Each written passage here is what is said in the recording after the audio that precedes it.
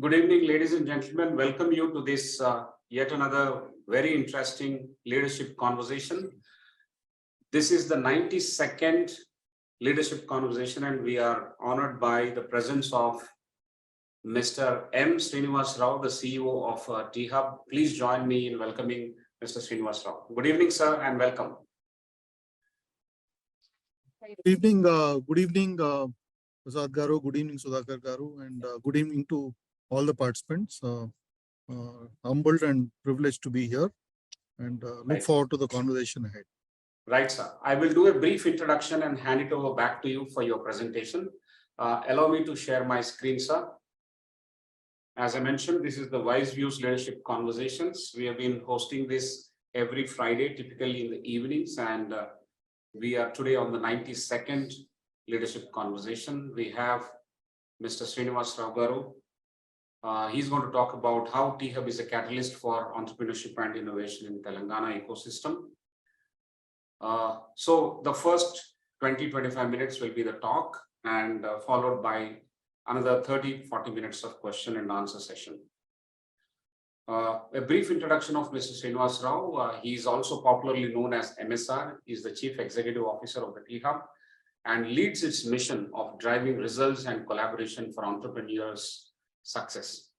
He is an accomplished serial entrepreneur himself. MSR has built and scaled businesses across geographies over his 35-year stint in the IT industry. At T-Hub, MSR is committed to pivoting around the 6 M's: money, market, motivation, manpower, mentors, methodologies, and 2 P's, namely partnerships and policy advisory, positioning the T-Hub to become a stronger innovation ecosystem enabler with high quality outcomes. To achieve these aims, he will be focused on fundraising initiatives, higher valuations, robust employment generation, and building scale through active community engagement. He wants to raise the bar on innovation to ensure T-Hub transforms Telangana into a leader in innovation. That's an amazing commitment. He held several positions before. He served as Chief Executive Officer of GAME, which is Global Alliance for Mass Entrepreneurship, a social impact entity where he was responsible for the implementation of the organization's programs and expansion plans in its mission to catalyze 10 million mass entrepreneurs by 2030. That's phenomenal. Earlier, he co-founded Aujas in 2008 with seed funding from IDG Ventures with a vision to help organizations manage risk and also enhance information value through innovation and excellence. He drove the Aujas exit to NSEIT, a 100% wholly owned subsidiary of NSE, the National Stock Exchange. MSR was part of the promoter team at Network Solutions Nexol, which he helped scale from an early stage entity to being among India's top 3 network integration entities before its acquisition by IBM in October 2005. He holds an MBA from the IIM Bangalore and a bachelor's degree in electrical engineering from the OU College of Engineering. He was my co-alumnus in both the places. Very happy, personally delighted too. Of course, 8 years senior to me. He is a bibliophile, a cricket fanatic, and enjoys quizzing. Thank you so much, sir. Once again, welcome to you. I will also take one more moment to introduce my esteemed colleague, Professor Prasad. He is the director at Academic Wing in ICFAI Group.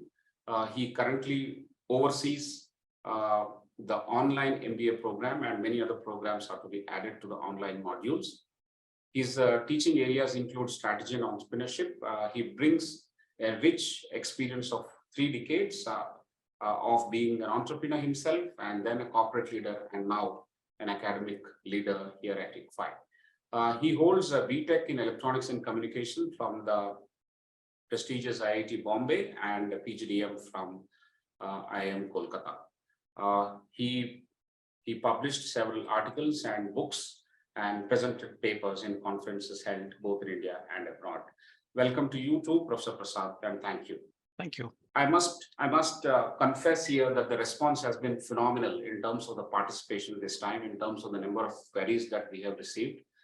Looks like it's going to be a blockbuster session, and that is totally because of the tag value we have for T-Hub and the phenomenal work that they are doing over the last 7-8 years in the state.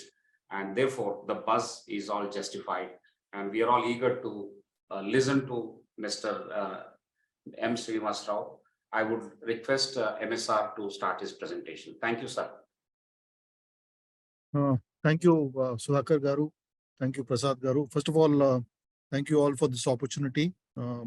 I've had some association with ICFAI in a past life, in the sense that prior to my 2 stints as entrepreneurship, I was part of a team in a company called Microland, and that was back in the 90s. And when Professor Yashasvi was setting up ICFAI, we were involved in setting up some of your local area networks. This was many years ago when you were in the Panjagutta area.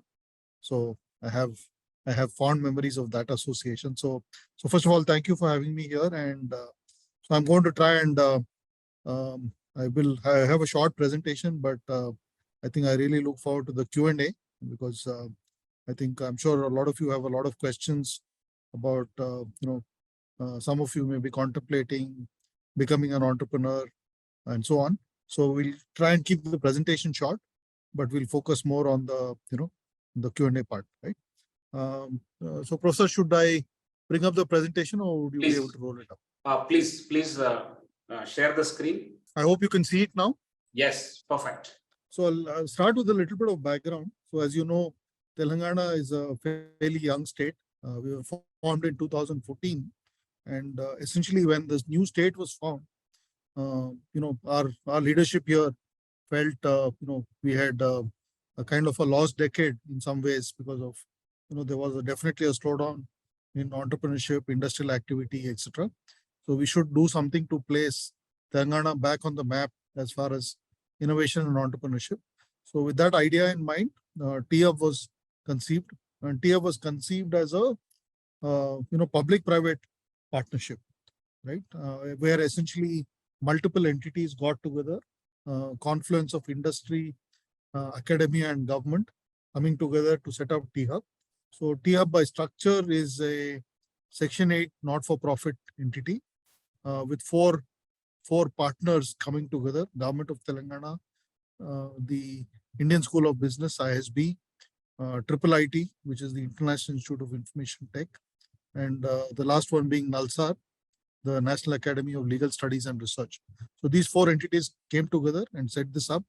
And essentially the theme on THUB, which I'll talk about at length, is really about how do we support early stage entrepreneurship, and how do we drive innovation, working with the academia, industry, and scaling, making Telangana a really critical player in the national scheme of things, and over a period of time globally as well, both from a national as well as from a global perspective.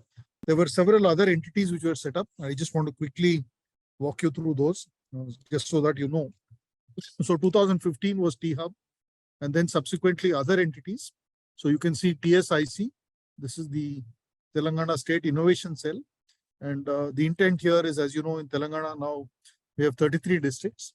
So how do you democratize grassroots level innovation and entrepreneurship, and not make entrepreneurship a purely urban phenomenon or a Hyderabad-centric phenomenon? So their mandate is to basically go out into the districts and promote innovation and entrepreneurship of all kinds, not only tech part of it. The next entity we'll talk about is WeHub. So WeHub is about women entrepreneurship. So as you know, even today, both in terms of from a participation in the labor force as well as entrepreneurship, the number of women-led businesses is relatively low. And what we need to do is to see, the intent of WeHub is to see how they can support women-led businesses. T-Works is essentially a rapid prototyping center. It's a maker's lab. So as you know, predominantly we've been focused on services and software, etc. But clearly, India now, given all the, for example, in the last 3 years, given all the geopolitical tensions, the pandemic, etc., there is a recognition of the fact that India also needs to now focus on building out hardware, right? Which has historically been tough space. So T-Works essentially is like a maker's lab. So you can be an hobbyist, tinkerer, entrepreneur, etc. Come into T-Works and we'll help you build, right? We'll help you, so we have equipment for 3D printing. We have CNC machines. We have a 12-layer PCB lab. So if whatever work you're doing, whether you're building a drone, a EV, or even a rocket, for example, like Skyroot, one of our more storied companies, they can use the facilities at T-Works. Rich is a interesting entity. It is about, it's called the Research and Innovation Circle of Hyderabad. This is essentially about, as you know, in Hyderabad, we have a lot of labs. We have 12 defense labs. We have several institutes in the life sciences. We have several institutes in the agri space. So how do you, one is from a lab to market. Second is how can those entities, those, labs and research institutions collaborate, for example, with the startup ecosystem to provide support by way of mentoring, access to labs, etc. Task is an entity which is Telangana Academy of Skilling and Knowledge. So essentially trying to bridge the gap between industry and knowledge by doing courses, short-term bridge courses, which make students more employable and reduce their, the time to, for them to quickly become productive once they start getting employed. And the last one is emerging tech. This is about how the government can use all the innovation being built across the rest of the ecosystem in terms of improving government to citizen, government to business services, right? So that's the intent of emerging technology. So they leverage technologies, for example, around blockchain, artificial intelligence and machine learning, etc. So that's the quick snapshot. I thought I should share that with you because it's important to know that T-Hub is is obviously the crown jewel in this as part of this innovation network, but it's really a string of pearls which our government here has orchestrated over a period of time, right? So from a T-Hub standpoint, one of the questions we get asked is what is it that you specifically do for entrepreneurs? So we put together a framework which you can see. It's called the 6 M's and 2 P's. So we provide entrepreneurs access to markets. So people essentially, as you know, anyone who starts a business, the biggest challenge is acquiring customers. So we help them with connecting to corporate, government, defense, and so on. The second is access to capital, where again we help them both through a small fund of our own, where we funded about 6 startups, plus part of the centrally administered funds like the Startup India Seed Fund, then grants from various corporate entities we work with. Plus also, we've now built a network of about 40 plus VCs, both some based in Hyderabad, but a vast majority of them based in Bangalore, Bombay, and Delhi, as well as international. So access to capital for early stage businesses.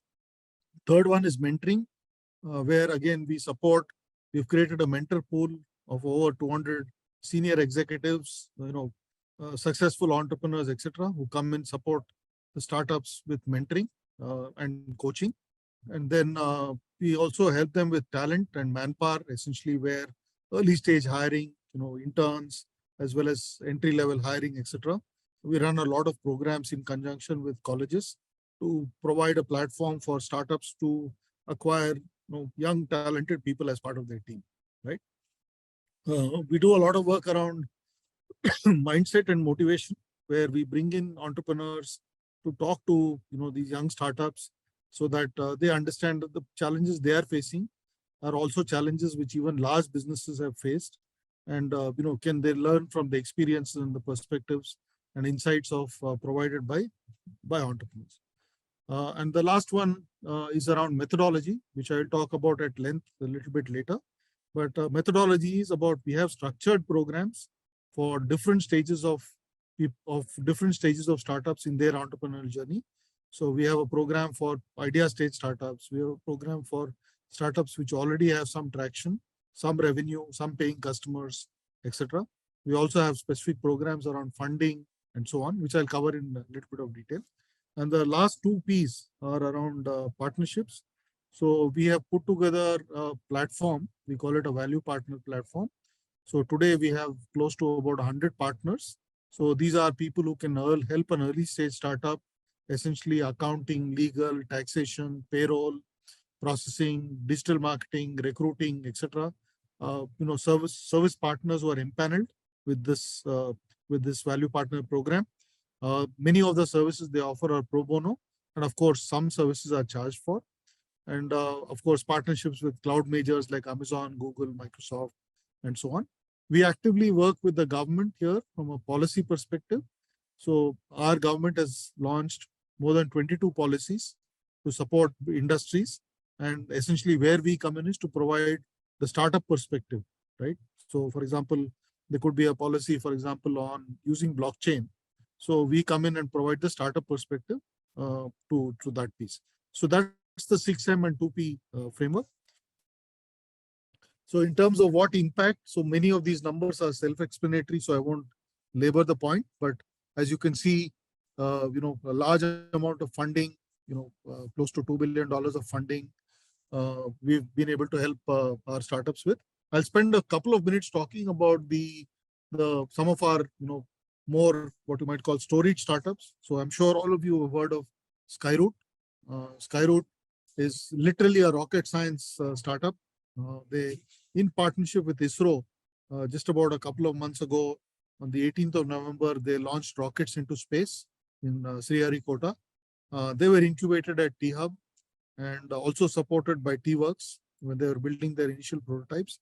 They have till now raised about $69 million of money, and proud to say that we've been involved in every step of the journey with Skyroot. The second one is Gayam. Gayam is a electric three-wheeler cargo vehicle maker. They have also recently raised $150 million round. We have Banyan Nation, which is essentially a startup which is focused on building essentially on the business of recycling. And they were recently awarded by ET as the best social impact startup. Paymetrics is a fintech. They built an application for gold loan processing, and they were actually acquired by Muthoot a couple of years ago. Adanmo is in the ad tech business, and they recently, about a year ago, had Zomato, which most of you would know, acquired 19% of Adanmo for a fairly large number, right? So in all, close to 1,100 plus startups and close to $1.9 billion of funding. From a market access standpoint, I talked about one of the key M's is being market access. Again, you will see a lot of numbers there, in terms of we try and measure everything we can because we believe that what you can't measure, you can't manage. So we try and measure, what is the effective impact we're delivering to our startups. So working in conjunction with corporates, we do a large number of programs for corporates. So currently, for example, you will see some of the logos there. We are working with people like Maruti, Citibank. We are also part of there's a defense ministry initiative called IDEX, Innovation and Defense Excellence. So many of our startups are involved with that program as well, plus locally as well. So for example, some of our startups have been actively working with the Greater Hyderabad Municipal Corporation. In fact, just recently, a couple of days ago, one of our startups has won a challenge. This is essentially a startup which is working on how do we, identify potholes, right? And do early detection systems for potential potholes being built, right? This is a startup called Road Metrics. We also run Atal Innovation Center. So currently we have 4 sectors of focus there, which is sustainability, mobility, semiconductor, and healthcare. This is a centrally funded program. In about 3 months' time, we will also be setting up a nationally funded, DST funded AI/ML Center of Excellence.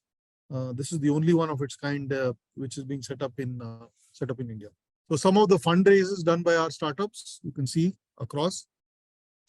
So you may have heard of some of them. So Blue Semi, for example, has built the world's first non-invasive glucometer.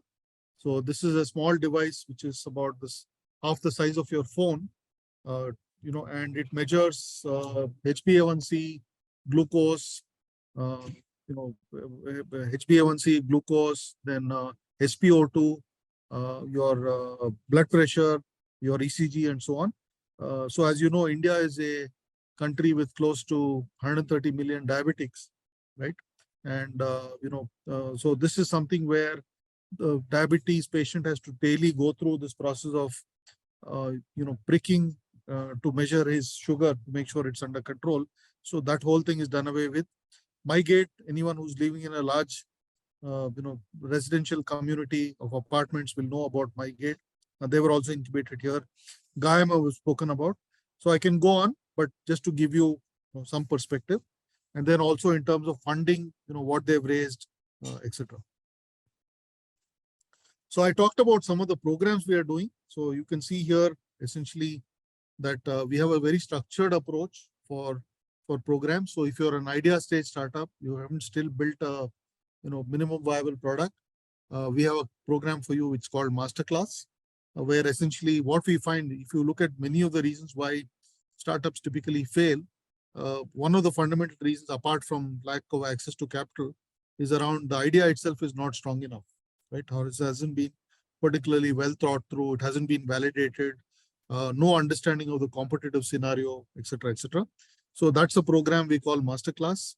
Rubrics is a program which is a design program, which is essentially if you're building, for example, either a hardware product or a software product or a platform, how do you ensure from a design perspective, scalability perspective, technical architecture perspective, it is robust sort of thing. And then we have a program called Lab 32, which is our flagship program. This is about, we call it a business readiness program. So product market fit and go-to-market strategies are what we try to fine-tune. T-Angel is a funding program where we bring them, we curate the startups, get them pitch ready and put them in front of angel investors. And then of course we have programs to help the startups grow, go international as well. Yeah.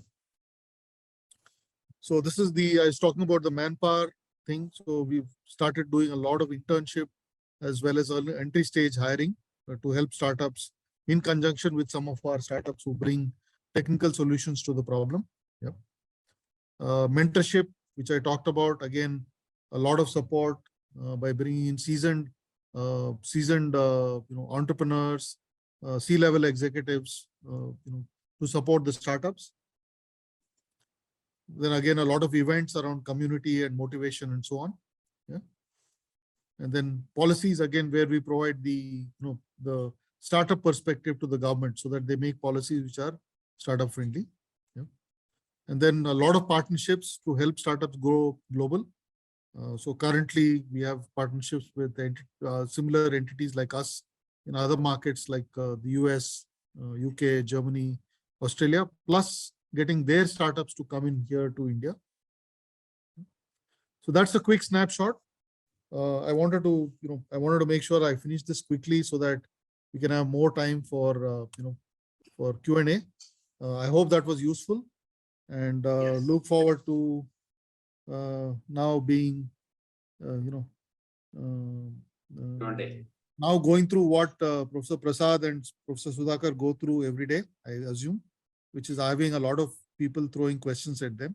So look forward to this. Thank you very much, sir. That's a very interesting, huge landscape that you have taken us through in a very short span of time.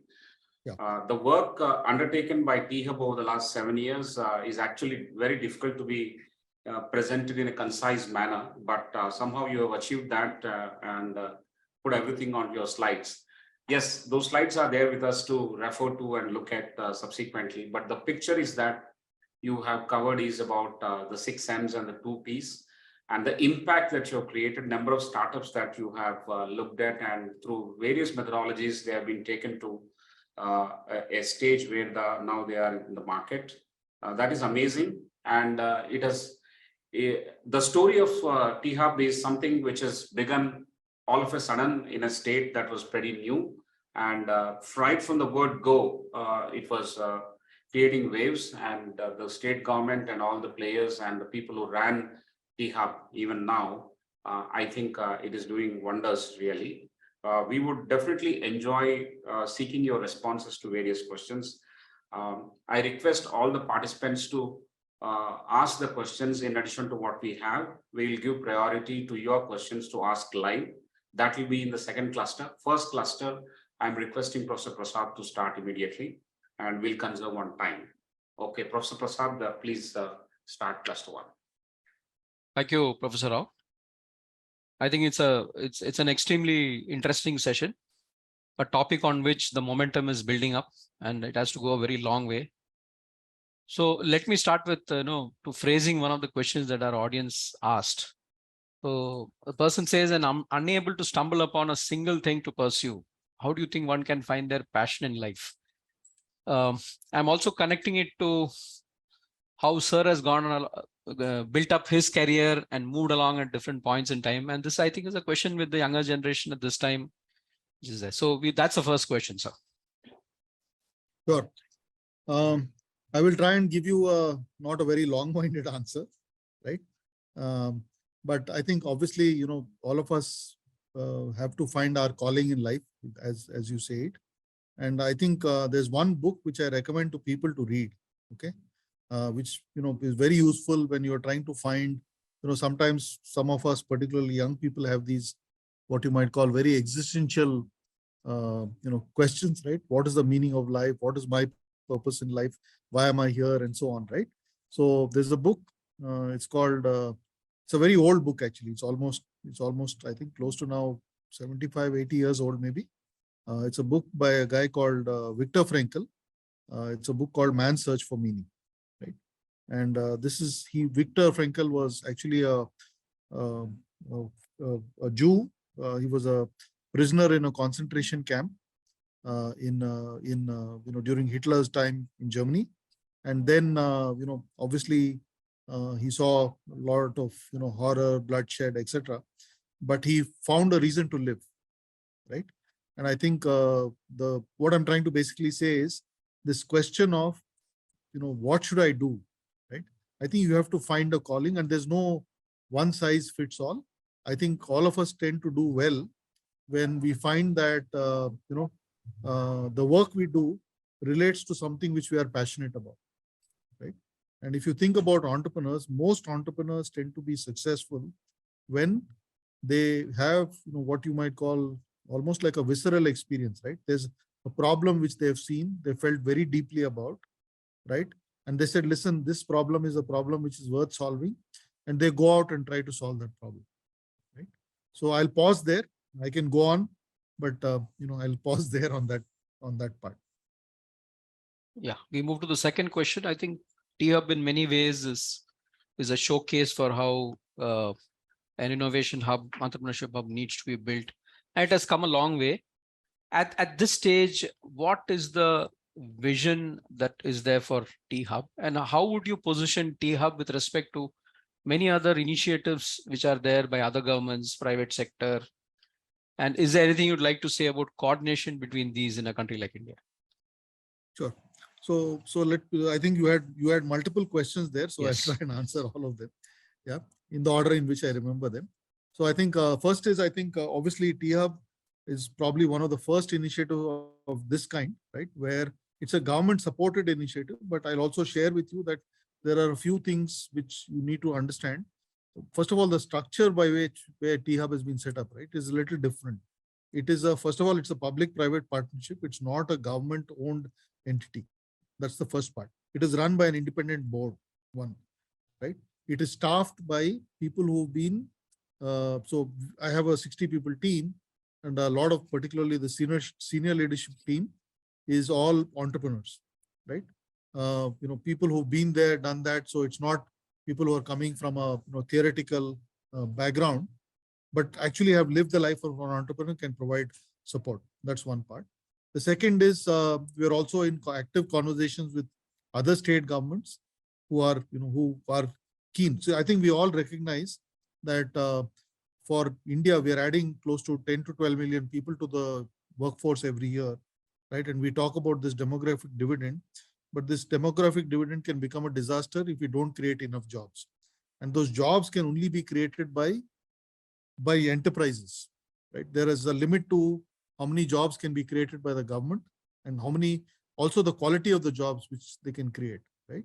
So entrepreneurship is recognized as a job, as a job creator. So for example, if you take, in the last, let's say the last 14, 15 years, totally about $130 billion of capital has come into the startup ecosystem, right? And I am happy to say, even at T-Hub, the last 7.5 years, the enterprises whom we have worked with, have now been able to create close to 17,000 jobs, right? And each job, as you know, there's a direct employment and there's also an indirect employment, right? So typically that ratio is about 1 in 5. So approximately 100,000 jobs have been created through the work which T-Hub has done with startups at various stages, right? So that's one part. So in terms of vision, so far, as I said, we've impacted close to about 2,000 startups. What we'd like to do in the next 5 years is basically impact about 20,000 startups, not just in Telangana, but across India, and also to some extent startups across the world. Excellent. I think that's a huge number, and also ensuring that a good percentage of them go along the way. It's going to be a mammoth task, and all the best to the team at T-Hub. The next question, sir, is certainly, this brings up a lot of challenges, what has been done and what you're aiming to do. So what are the most difficult tasks that you currently face? And overall, what are the challenges that T-Hub faces at this point in time? Sure. I think I'll put it this way. We are trying to climb Everest, okay, in terms of what we are trying to do and I'm using that metaphorically, of course. So I think it's not easy. It's about, we have to balance so many aspects. So for example, we do know the mortality. Looks like there's a freeze.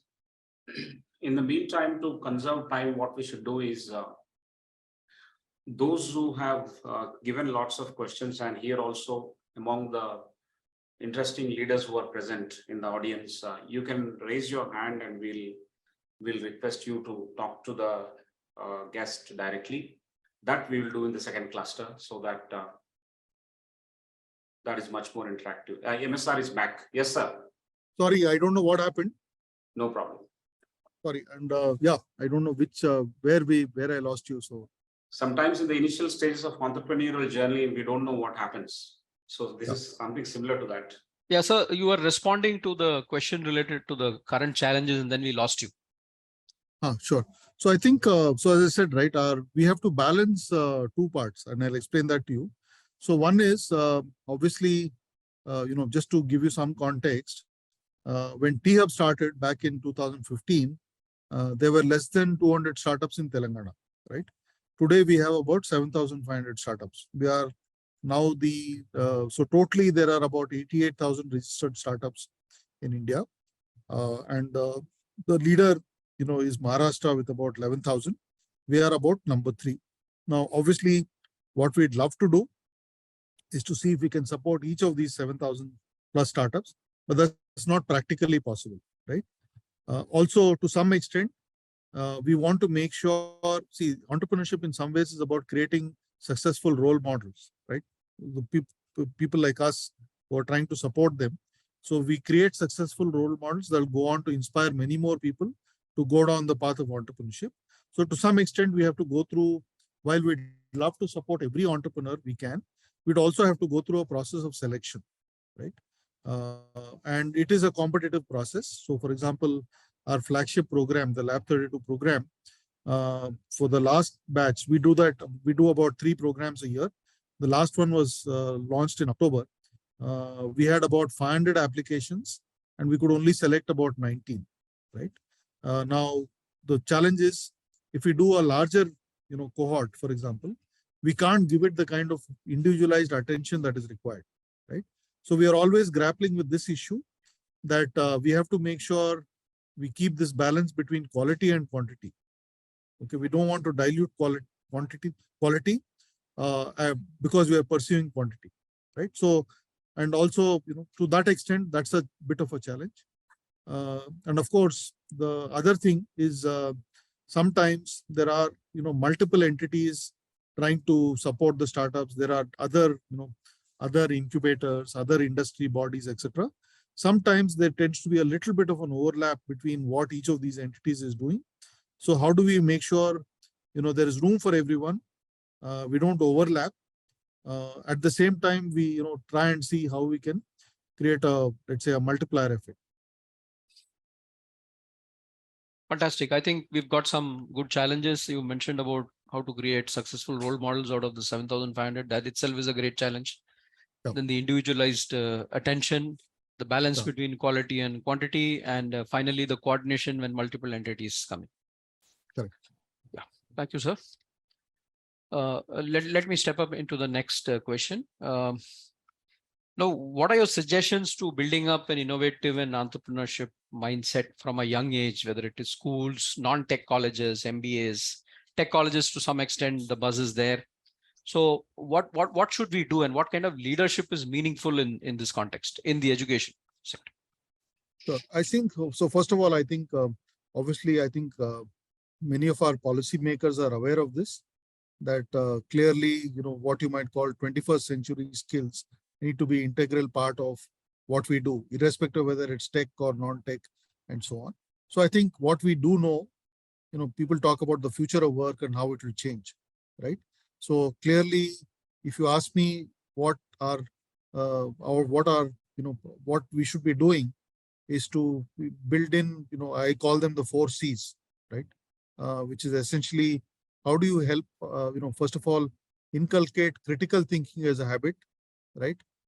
Foster creativity, right? Communication and collaboration, right?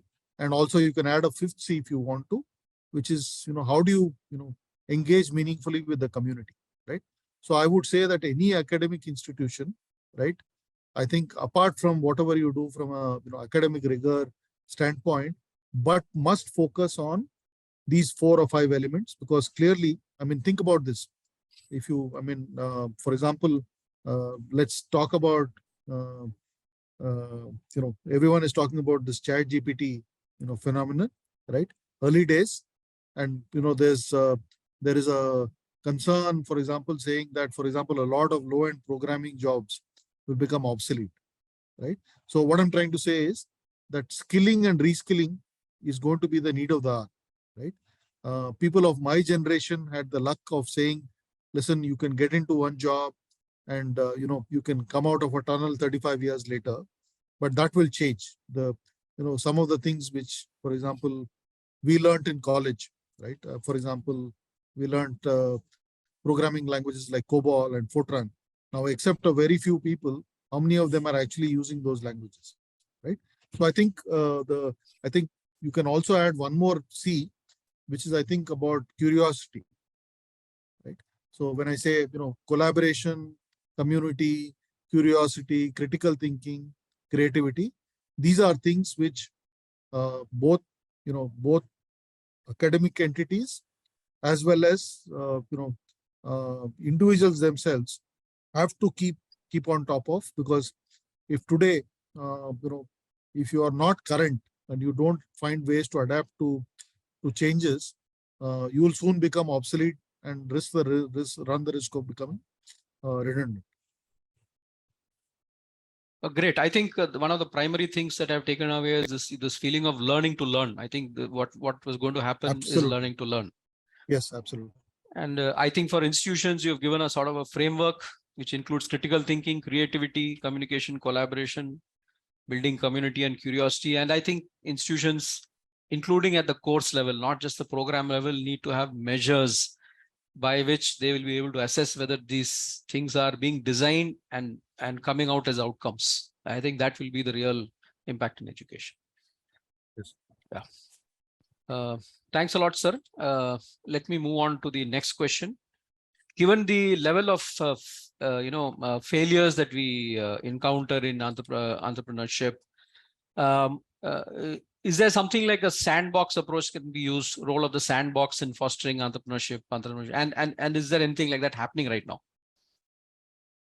Well, so, you can create a sandbox, but point is this, right? That, for example, what entities like TIAB are trying to do, for example, using I talked about methodologies, right? A structured set of programs, then access to market, etc. We're trying to lower or reduce the risk of failure, right?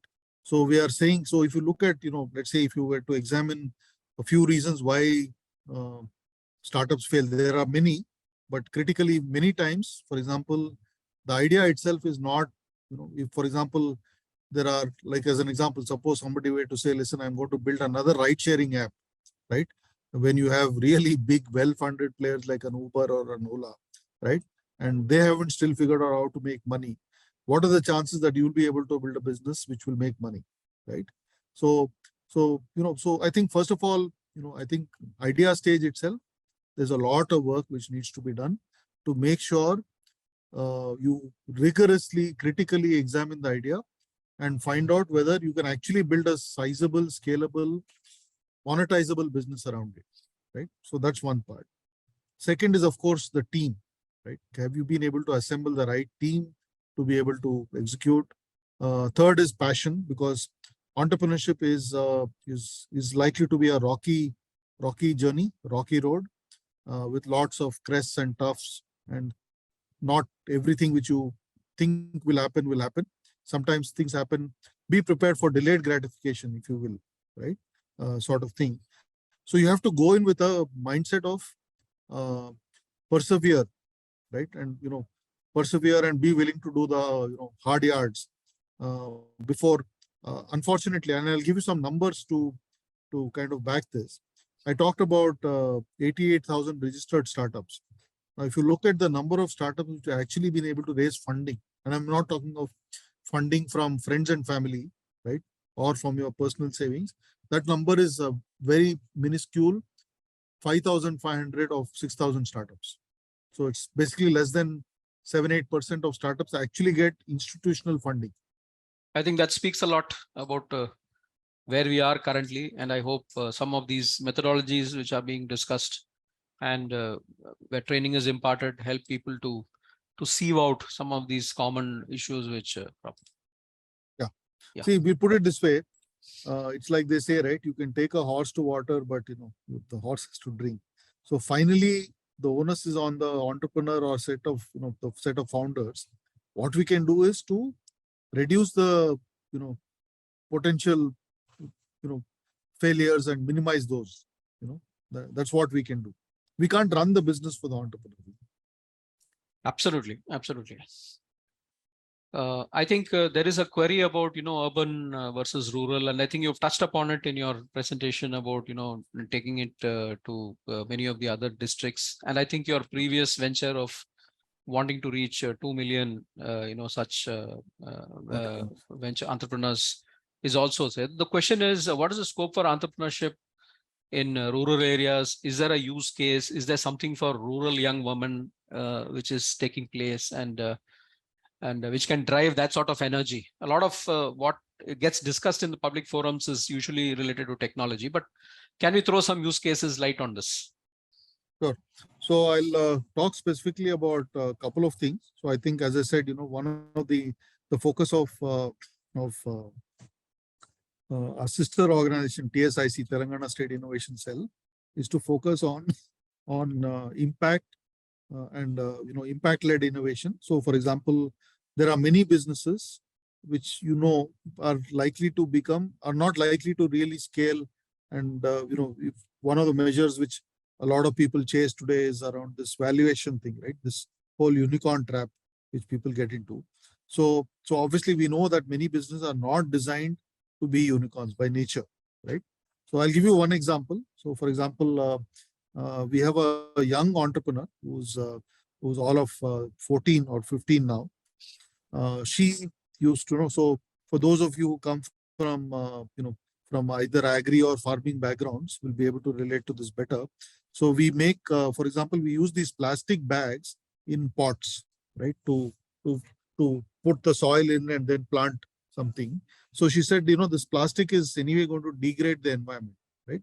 So what can I do? So she came up with a solution, creating a biodegradable plastic bag, right? Which actually after 60, 90 days, once you keep watering it, goes back into the soil and doesn't pollute the environment. And now she's building a sustainable business around that. Similarly, we have others who are doing remarkable work in the medtech area, right? In the agri area, simple innovations, right? Where, for example, how do you reduce water? As you know, our two big crops, wheat and paddy, consume a lot of water, right? So is there a way to reduce the amount of water which is used to grow these crops, right?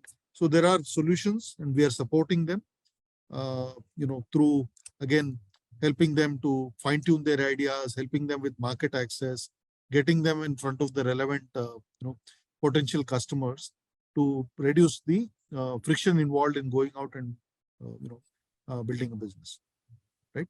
Specifically at T-Hub, we are, there are 5 IT towers which have been set up by the government, Karimnagar, Warangal, Khammam, Nizamabad, and I think Mahbubnagar. So we are going to start one in Warangal. That initiative is being kicked off in about a month before the end of this quarter. Excellent. I think for every unicorn, there'd be at least 10,000 such ventures which are possible. Yeah, such businesses which are possible. And we are glad to hear that this is the infrastructure of the ecosystem is also spreading out into the districts. Correct. Yeah. Thank you very much. Long way to go. Yeah. Long way to go, but absolutely, we are starting to put some effort in that direction. Yes, it is really inspiring, and I think this sort of energy and persistence from the government will go a long way in keeping all others also focused and going in the right direction. Yeah. We come to the end of this cluster. I hand it back to Professor Rao. Thank you. Thank you very much, Professor Prasad. Sir, this is getting very, very interesting. What I'll now do is I will do something unconventional. I will not follow any of the questions that are with me. I will only ask the participants around to raise their hand, and then we'll take those questions. And I'll also read from the chat box as well as the Q&A. Before they respond and before they raise their hands, there's one general question: how to eliminate negativity when an idea is presented afresh? So that is one question. Other one is, more than 50% of engineers are going abroad, like US and UK. How do we make them stay back here? How do we convert them into entrepreneurs and make them stay back here? These two you can respond, sir. Meanwhile, I will make sure they raise their hands. Sorry, could you repeat the question on negativity? The question is how to eliminate negativity when an idea is suggested first. How do we nurture that without bringing in negativity? Any thoughts on that? Okay. Again, I can give you a very long answer, but I'll try and keep it short. No, I think first of all, right, I'll give you some other, data point. India as a country is ranked number 41 on the innovation index. Okay. And it has actually moved up. It used to be about 6 or 7 years ago. It was in the 80s. So we've come to about 41. But when you think about, there are very, very small countries, for example, countries like Switzerland, Estonia, which are, we are 1.4 billion people. They have populations which are, not even 1% of our population, but they are very high on the innovation index, right? So I just want to make that point. Second is, I think, innovation is also about, innovation, there's an equation by an academician, Professor Bill Ole from MIT, and he talks about innovation is equal to idea into commercialization, right? So I think where I'm coming from is, particularly if you're trying to build a business, right?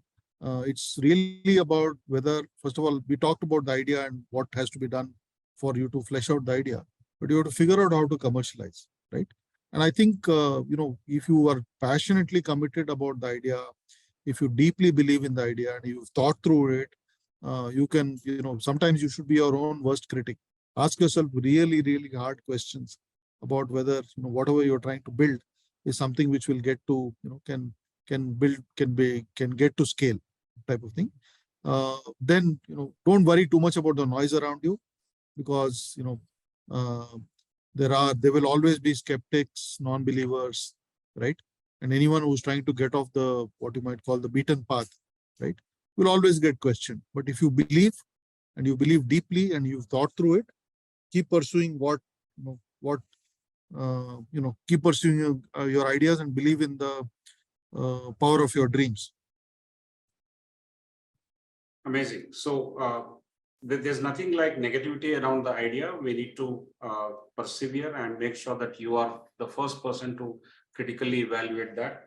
And it's better if it is soundly evaluated so that it can get to scale. Thank you, sir. The other one is about the 50% of engineering graduates going abroad. What is that T-Hub can do to help them stay back or make them entrepreneurs and stay back? Sure. So one of the programs which I didn't talk about is today we have started now to engage with a lot of colleges and universities. So we have a program, we call it, it's a program called Launchpad, which is essentially where we work with colleges to identify, so we run challenges in colleges, and typically, maybe, so for example, we're currently working with about 35 colleges across Telangana and a few outside Telangana as well, where we run these challenges. And basically these are specific themes which we throw at the students to come up with ideas, and then we the ideas which are interesting, we try to see how we can nurture them to a point where potentially at some point of time in the future they can be converted into businesses. Right now, two parts historically. I think for again, without going too much into history. For people of generations previous, for them job security was extremely important, right? And for many people, getting a government job was the ultimate nirvana, right? That is changing clearly. Entrepreneurship is now aspirational, and clearly we have to move. I talked about the demographic dividend, and I talked about 10 to 12 million people joining the workforce, etc. Clearly, we have to move from a job seeker to a job creator mentality, right? And I think that will happen. It's not something which can happen overnight. There's no single silver bullet which can help solve for that. But it's a process of evolution, and I can tell you, having been around as long as I have been, 36 years, mindsets have changed. People are now, there used to be a lot of stigma around failure. That's also slowly changing, but it will take time. Nothing, this whole transformation from a mindset standpoint is not something which can be accomplished, in a short span of time. Yes, sir. Thank you, sir. Thank you very much for that. So Launchpad is the program that encourages students to come up with ideas, and then that will be nurtured. Correct. So we do this in colleges. Yes. Yes. Okay. Great. We also have something we just started recently at T-Hub. We call it Ideathon. We do this about once a month. So we, again, if all our programs are open to public, people can apply online. So, happy to share those relevant links with you separately, which you can circulate. So if you have an idea and you want to go and talk to someone to figure out whether the idea is worth pursuing and whether potentially you can build a business, you can be part of the Ideathon. There's no commercial obligation at all of any kind. Just come in, talk to us. We'll listen to you and figure out whether something can be done. Thank you, sir. You have responded to many other questions which others were trying to ask us. So Ideathon and Launchpad are two programs which we can look forward to and participate and come up with our own ideas. So thank you, sir. I'll request Captain Prabhakar Rao to raise his question. Captain Prabhakar Rao is a flyer. He's a pilot at Indian Airlines, that is Air India now. Over to you, Captain. Good evening, sir. Good evening. Good evening. Yes, Mr. Srinivas, sir, it's a real honor for me to be on this platform, even though it's a very, not my platform, but with a good friendship of Mr. Sudhakar, I'm here. Just want to check, sir, basically your building itself is a very innovative design that always haunts me whenever I pass through. So my question was, what would be the role of T-Hub for aviation? Maybe not entrepreneurship, maybe in terms of innovation. So, Okay. so So we do a lot of work in the aviation space, and I'll give you some specific context.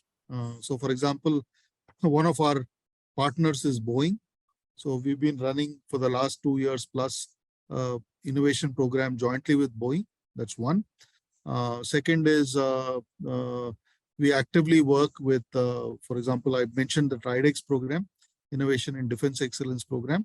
So we do have, for example, one of the companies we are working with, and I can't share the name with you, is building a 360-degree simulator. Okay, so yes, sir. so which I think you are aware of. So I won't go into that.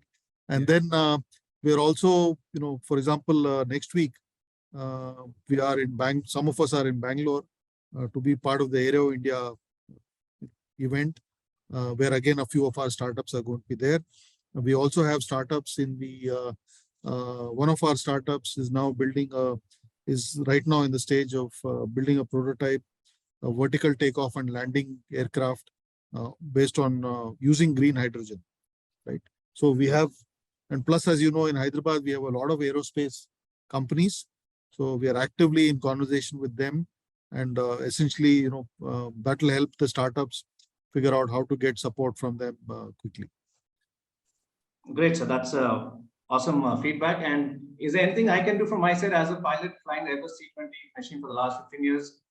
If I can be of any, in terms of sure, mentorship, I will get your coordinates from Dr. Prasad and Sudhakar Rao Garu, and Yes. we'll connect separately. You can definitely mentor some of our startups. Yes, I would love to do that. Thank you, sir. Pleasure talking to you, and see you all Thank sometime. Thank you. Thank you, Captain. Thanks for call. Thank for you. your question. Thank you. Nidhi, would you like to raise your question next quickly? Thank you. Wonderful session. So I'm a freelancer and I've been in the space of training and development for a long time with corporate. My question is, what are the critical skills in areas of manpower and motivation where I can support? Sure. So I think you could, we have teams here which are working on. We have somebody who manages the community. His name is Gajendra. So he can, I think what we can do is after this call is over, I will sync up with Professor Prasad and Sudhakar Garu. I will, we can create a list of all the, people in our teams whom they can connect to. I mean, obviously, we welcome anyone who's keen to come in and support, what we are doing. And, either from a mentoring standpoint or from a talent acquisition standpoint, etc., we would be happy to reach out and seek your support. That would be great, sir. I've already connected with you on LinkedIn. Thank you. Okay. Ma'am, I have 16,000 connects on LinkedIn. I understand, and I don't have any other point of contact. So I think that's where I would want to have your guidance. We will do that. We'll try and provide that connect. Thank you. Yeah, thank you so much. Adarsh, would you like to raise your question, please? Hello, sir. Good evening. Actually, my question is related to students who are very good in programming, who are very good in the technical side, quite at an young age. That is by 10th or 9th, they are able to grasp the things. They are able to understand the concepts of programming, understand the concepts of technology and other things. So, and they don't want to go into the traditional mode of intermediate and graduation and post-graduation. So do you provide any such course and mentoring and guidance so that they can use their talent and the knowledge in building solutions to solve practical problems at an young age? Sure. So I think, so for example, I think one of the things I would encourage them to be there is this Ideathon, which I talked about, which we do about once a month. Some of them can definitely, it's online, meaning online, meaning we put it out on our, all our social media handles. So they can keep looking for those. Come and join, spend some time.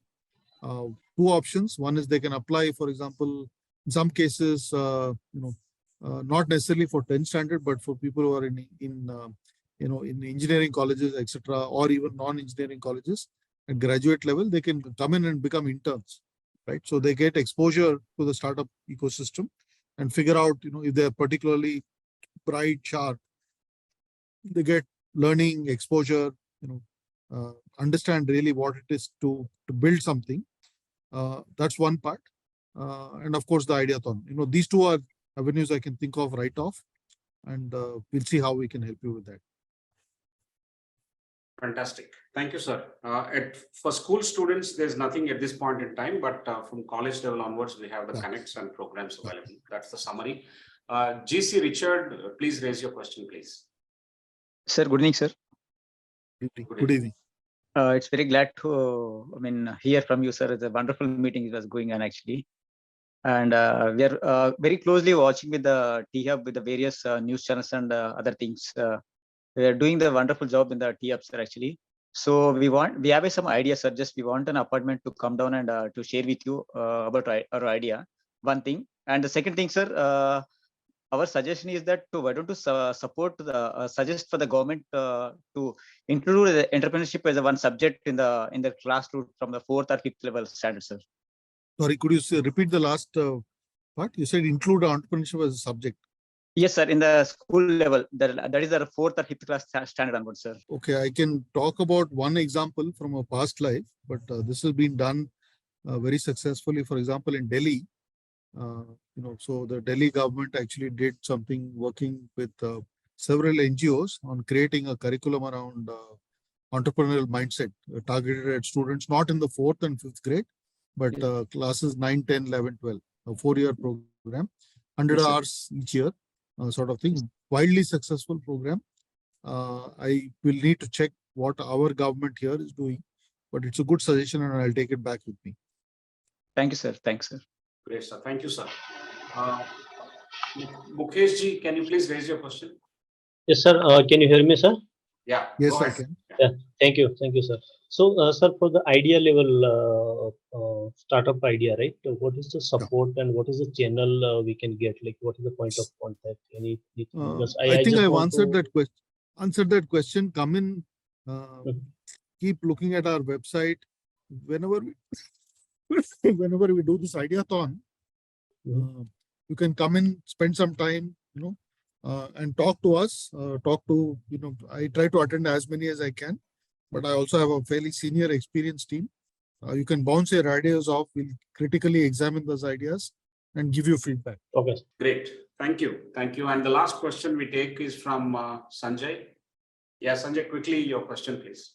Yeah. Hi, MSR. We are Hi, Sanjay. catching How up are you? after 30 years. My God.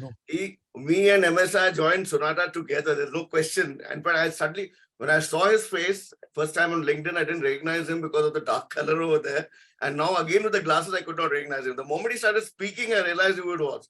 Me and MSR actually were involved with Fish in launching Prakashak as one of the first products of Sonata. I remember MSR. How are you? Yeah, I do, Sanjay. Catch up. Sanjay, thank you. You are eating others' questions. So No, I don't have any more questions. I just wanted to. I was so interested. Sorry. Nice talking to you, Sanjay. We'll catch up. I'll come. I'll drop in one of the days. Yeah. Sure. I'll request if Rangarao Garu wants to ask any question, he will ask. Otherwise, I'm going to summarize. I'm getting threat calls from Suvidha that I'm supposed to wind it up, but I accept those threats. This is part of the risk that we run, and especially when we are having a guest like MSR, the chief of T-Hub. So it's an amazing session, sir. Rangarao Garu, please ask your question. Yeah. Yeah, sir. Many Indian universities or colleges, still there is no practical aspects. Students are into the only colleges, they are not into the field work. How the T-Hub will formulate a strategy to make a practical available, ready to absorb? So as I said, right, what we are doing is two parts. I think, I don't know how many of you had a chance to go through the new national education policy, right? Clearly, I think our governments, both federal as well as state level governments, are seized with the problem of saying what can we do to become, to make our students a little more employable, a little more entrepreneurial in their thinking, etc. So there is now substantial incentives, for example, for colleges, particularly at degree level, to set up incubation centers, right? They get, they get additional marks when AICT ranks them, etc. Sometimes they also get additional funding. Sometimes by setting up these incubation centers, they also have the provision to increase the number of seats, etc. So we are actively working with a number of, as I said, a number of colleges now to launch, these programs. But again, what we are doing is, again, maybe seen as a small drop in the ocean. There are each year close to about 40 million students join colleges. Obviously, our ability right now is limited in terms of how many we can reach out to. But we are actively talking to several other state governments who are looking at what we are doing and seeing whether they can potentially leverage the learnings we've had to support what you spoke about in schools, colleges, and universities across India. Okay, thank you, sir. There is I'll quickly wrap it up, sir. There's one question. I think it's a different facet. What is the approach that should be taken by consulting advisors to provide services around audit, tax, and financial processes streamlining or financial process outsourcing? This would help the startups to adopt good governance practices and regulatory compliance. If you can take this up, sir. Sure. So I think, as I said, we've created a value partner program where we've empowered a number of entities. And obviously, one of the things we tell young startups, you see, compliance, etc., is now a hygiene item. It's not something which you can say, listen, it's not important right now. I will do it when I become big. Right? It doesn't work that way. It has to be done from day one. Particularly if you're looking to raise funding, VCs are extremely cautious about any potential fiduciary risk. They are likely to incur because of you don't have your books in order, for example, right, etc. So I think it's always good practice from day one that it will obviously cost some money, but to put the right accounting systems, the right standard operating procedures, the right controls in place, so that your books are clean and you don't run foul of any statutory authority as such. Thank you. Thank you so much, sir. I think it's been a wonderful session that ran beyond the time that we have sought from you. I think you started with the landscape of your charter with 6 M's and 2 P's and the kind of impact that you have created over the number of startups that have been benefited, as well as number of startups that have actually seen business happening at scale and in the market that they have gained meaningful access at various stages in their life cycle. That's an amazing and robust measurement practices that you have across all the practices or across all the touch points that you have started. We are also impressed with your responses and some suggestions that you have given to variety of stakeholders, especially the schools and colleges on one hand, and on the other hand, the individuals themselves, the students themselves, who are going to become a larger force to reckon with in the days to come. So one is to create successful role models, and we should pay individual attention, and also the kind of activities that you are taking up without diluting any quality, although you are pursuing a large numbers of startups to actually navigate. So that is something very interesting. Overall, in the map of Startup India, we are at a that is Telangana is at a very formidable place. I'm sure the numbers and the impact is going to go up in the next 5 years, as you mentioned, 20,000 startups. We wish you all the best. Startups not just in Telangana, but across the country and even some beyond the borders. Creating entrepreneurial spirit and the mindset, those initiatives are very much available, which are inviting students at the college level as well as youngsters outside the college. I think the 6 C's that you suggested will help all of us to be geared up in what is called the 21st century skills setup. So this learning to learn and also those skills that are required, critical thinking, creativity, this is important, communication, collaboration, and curiosity, and of course, building communities. These are extremely important for all of us and various stakeholders. We hope that the cues that we take from the success and the journey of T-Hub is going to inspire many youngsters and many enthusiastic entrepreneurs to come out and seek support and collaborate and create a lot of success models. One such thing I want to mention here that about 6 to 7 months back or 8 months back, Skyroot Pavan Chandana has spoken in the same forum. He was one of the leaders that we invited, and he gave an account of what kind of aspirations they have had. Yes, it was actually rocket science, and they have shown results. They've got great funding. It's a huge inspiration that we have. I hope you will churn out many such success stories and create inspiring models for all of us to come, both individuals as well as institutions. And this phenomenal model where you have a triple helix model, that is public-private partnership, is an amazing success. In the days to come, we would like to collaborate with you and also seek more support, not only for our students in our institutions, but also for others who are like our alumni or those people who would like to ask about T-Hub. We generally want to direct them towards you. I have the contact numbers and access points. I'll guide them. Several questions are answered by you with great patience in spite of being hard pressed for time, sir. So thank you so much. In fact, I can't thank you enough for this wonderful time that you have shared with us. Thank you, sir. Thank you. Thank you very much for the opportunity. Thanks to all the participants, and wish you all success in everything you do. Thank you again. Great, sir. So ladies and gentlemen, that was an interesting blockbuster session that we have had on startups and entrepreneurship, innovation, so on and so forth. Next week, we are going to look at Dr. Arunabh Singh coming from Delhi. He is going to talk about the future of work. So stay tuned. February 17th at 6:30 p.m. Friday, we'll connect with you again. Till then, do read up more about T-Hub, visit their websites, the amazing buildings, a Manhattan kind of looking city. In the middle of that, you have T-Hub 2.0. Keep reading about it and looking at videos, you'll get inspired. Of course, entering T-Hub 2.0 is an altogether different experience, which I have done very recently. You should also do that. Wish you all the best and thank you all for joining. Good night.